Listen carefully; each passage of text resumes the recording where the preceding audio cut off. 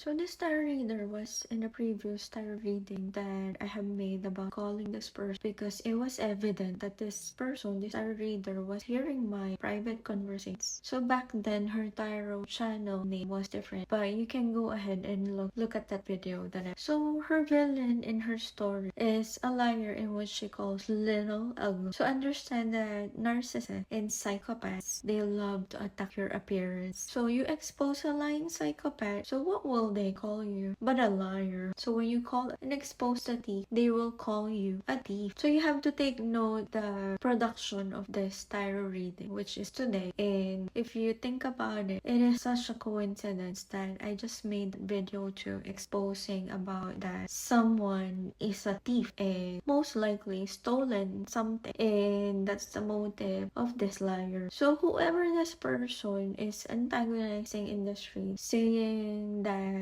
I was stealing from everyone. Oh my god, no. I have never stolen from anyone. And whoever calls me that, I'll bring that person to court. And anyone who wants to set me up to make me look like one as a thief, good luck with karma. And what you don't understand is the thief and thieves are being exposed right now for stealing. The main reason why they're calling someone as a thief psychopath.